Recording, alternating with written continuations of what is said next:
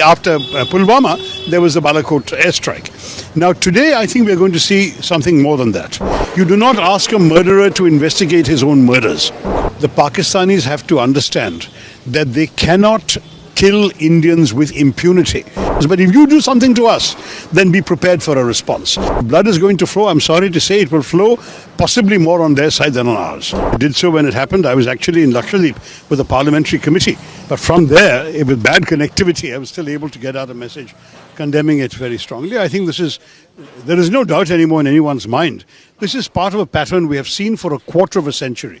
Going back to Chhattisgarh in 2000 and going through so many other incidents.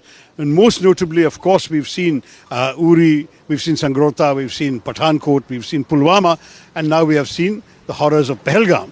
I think it's very clear there is a pattern. People are encouraged, trained, armed, equipped, and often guided from across the border. Then Pakistan denies all responsibility. Eventually responsibility is established, proven, including by foreign intelligence agencies. And then India has to seethe, but we tend not to escalate beyond the point.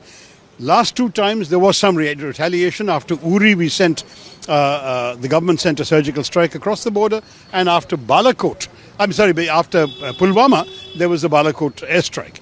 Now today I think we're going to see something more than that.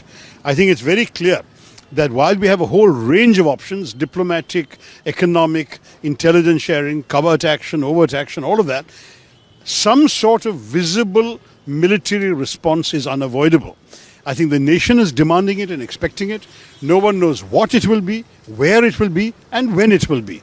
But I am convinced there will be some response. So at the same time, after Modi government came into power, it's the seventh or eighth time this type of attack is going on. It's at least the 11th or 12th time that the casualties have been more than one or two people.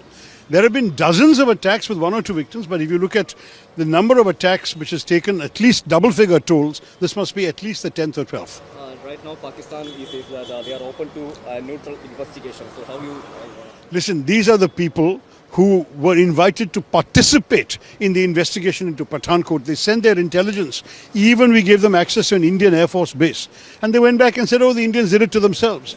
I will have no interest personally in Pakistan's participation in any investigation.